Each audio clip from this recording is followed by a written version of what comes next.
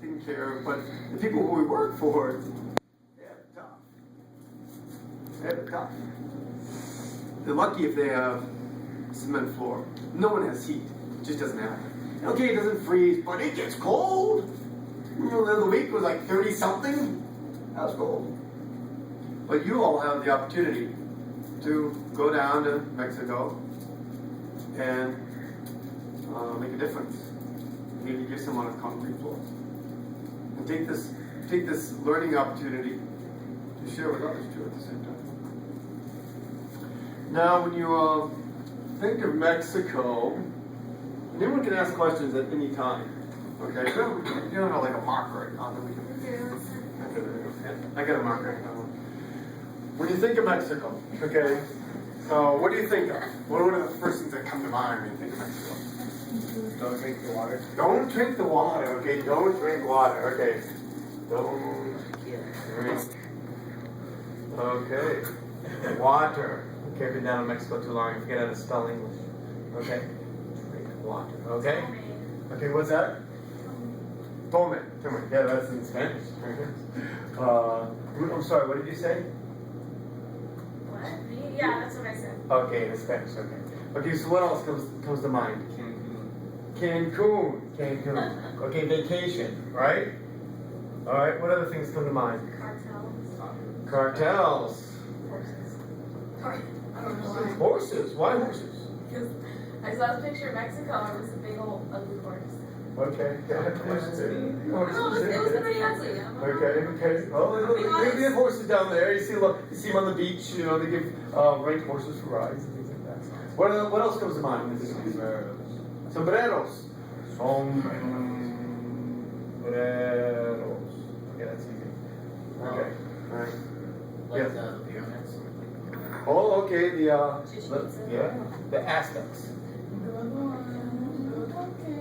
Okay, the Aztecs, the pyramids, the indigenous. Okay. Anything else that comes to mind when you think of Mexico? Poverty. Okay, poverty. All right.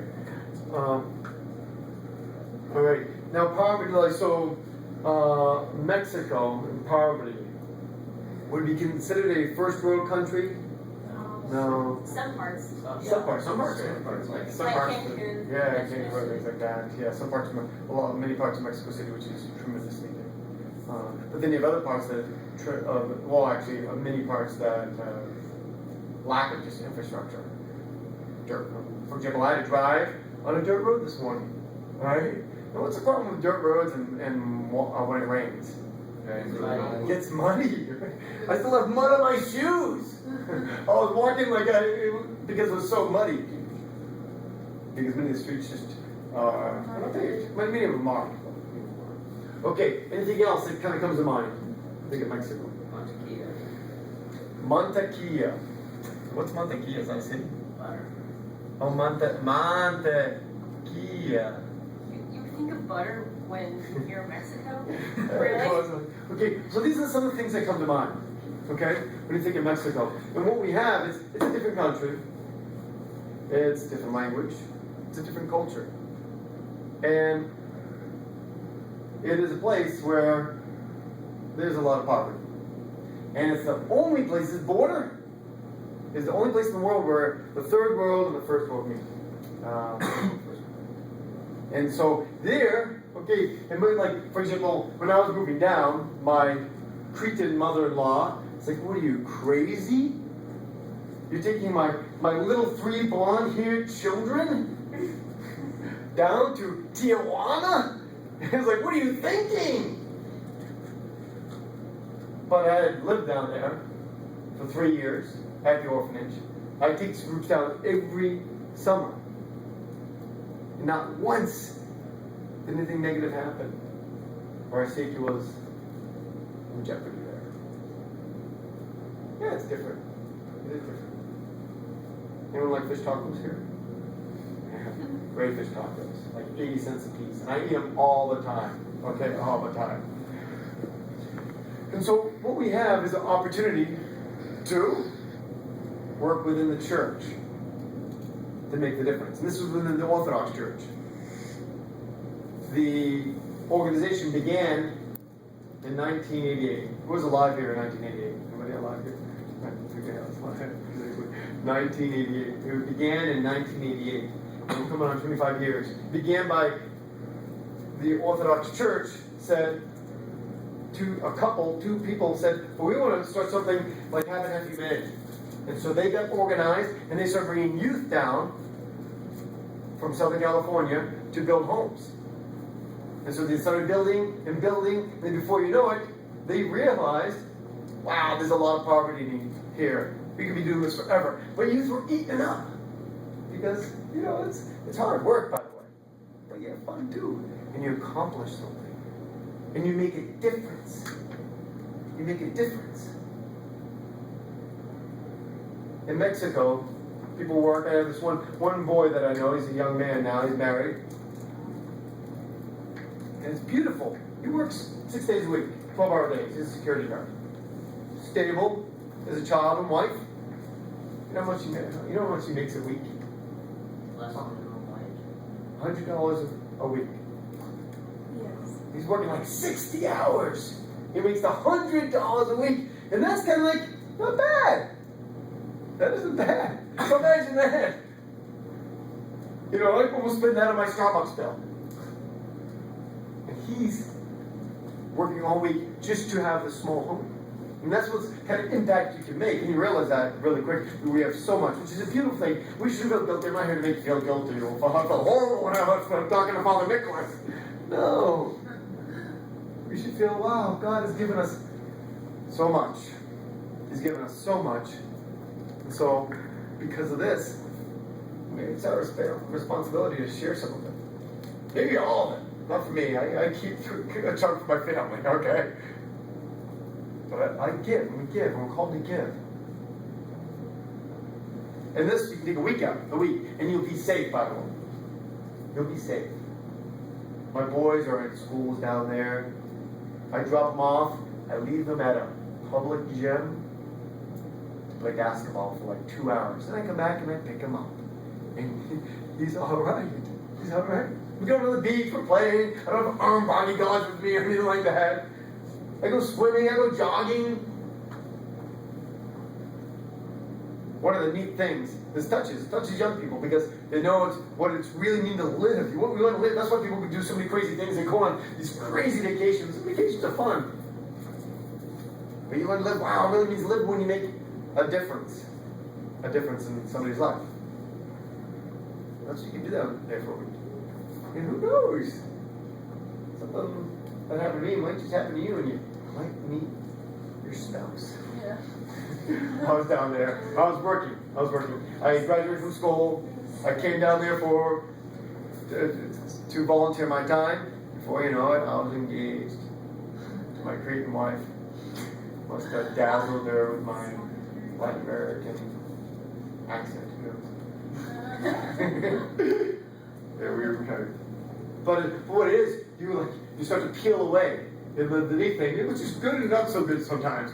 You start to peel away the layers that you have, which are good. You need layers to defend yourself. But it's nice to kind of get them off and be who we really are. And within the week, we just drive down, we bring you right across the border, we'll set you up right on our premises. We'll give you clean water to drink. You don't have to worry about that. You'll have showers. Sometimes it's a bucket shower, but a bucket shower is good. And in this, you realize, wow, God is working. God is working. That's a beautiful thing. That's what we want, God to work in the life. The God who created everything isn't so distant anymore. You just have to realize He's right there. So in this, you have 4 days to build an entire house. 4 days to build an entire house. And you do it. You start from the floor up. It's hard work too. Hard work. But everyone works. What's that? Just kids or they're adults too? Who participate? Yeah. Both. Okay. Yeah, it's both. Probably the average me is like 20 probably. 20 years old. Okay. Definitely, Yeah. well, they do. Oh, you should see, we built a house and you will like, and we'll start.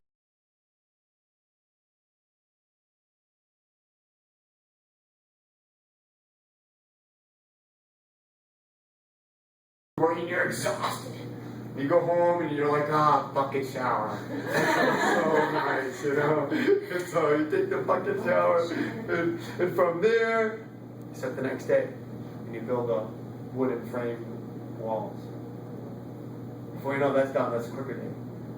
On the third day, you put all the chicken wire inside the house and you finish the roof. That wasn't that bad, it was a little longer. But usually the fourth day is usually a Sunday.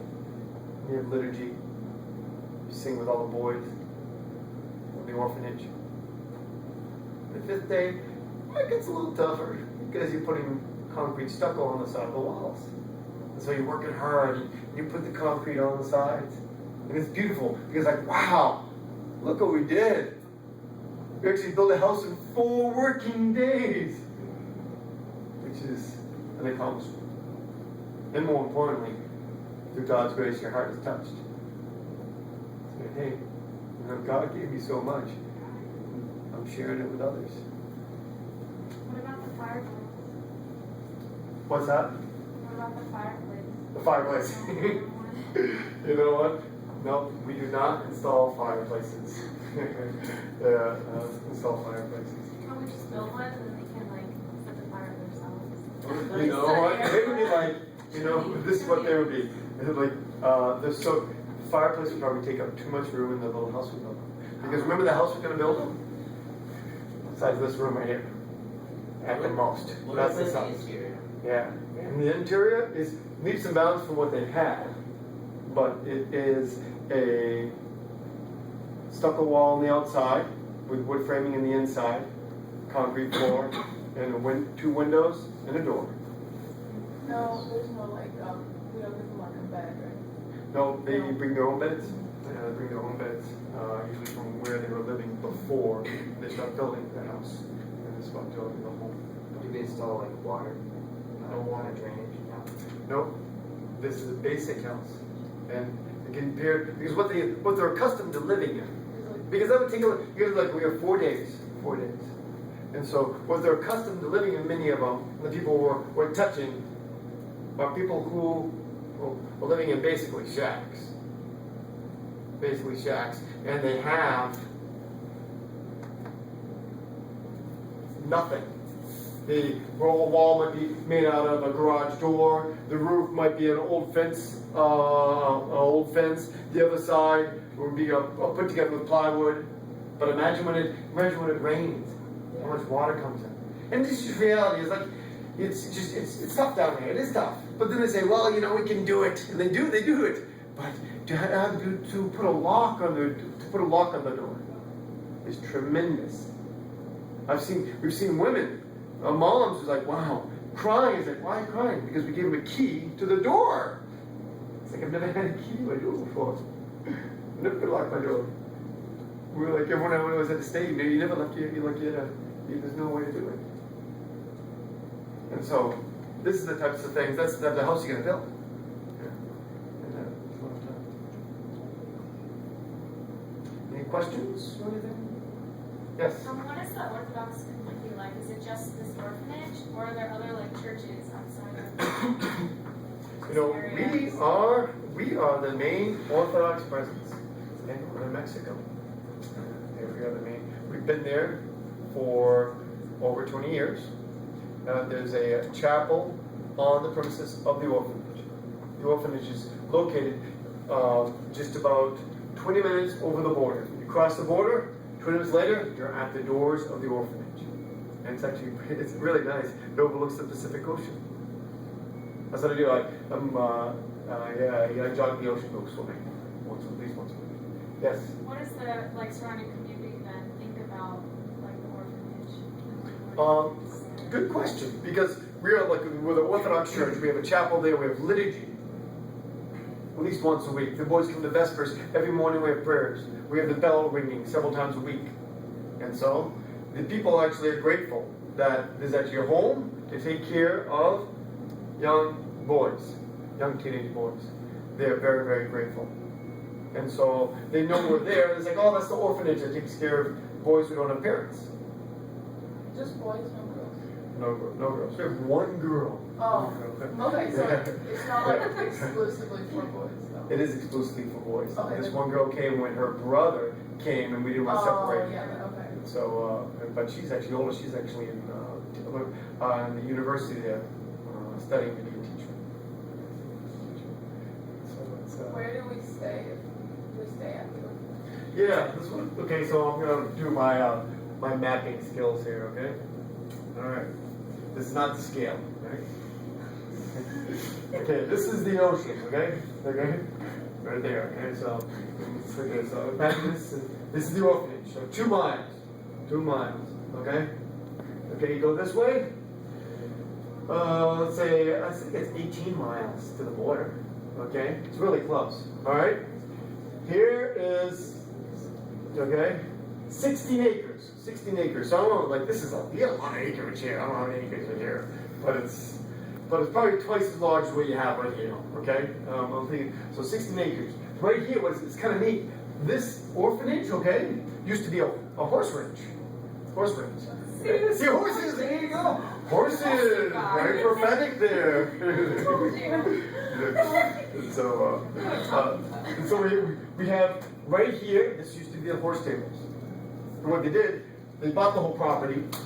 They remodeled all these horse stables into rooms for boys. Showers, bathrooms. We have a little chapel right here. So people come in, there's the door, there's our little chapel. Okay? There's the kitchen right here. Now here's my house, okay? Now usually when groups stay, we have a huge soccer field right here for the boys, and a basketball court right there. Yes. And I feel like basketball. Oh, yeah, we play basketball, soccer, tackle football once in a while. We get a little bit excited. What's that? Alexis likes football. Oh, yeah, okay. Football's fun. Alright. This is my house right here, okay? We have several other houses also. And this down here, we have a large area for meetings. And that's where actually, when the groups come, that's where we meet down, kind of. And then what happens if it's I think this is one of the weeks for either you'll be staying in some of the basic housing. There's some basic housing here, or you'll be staying in tents. Okay, so and that'll happen down here. So tents. But what we do, we separate the boys' tents from one side, and the girls' tents from the other side. We don't want to create any more other issues. And so, and you stay right here. And so what happens? You wake up every morning. Let's go here. Yeah. Probably around 6:30. Okay, Yeah, it's not bad. I like Well, this. when's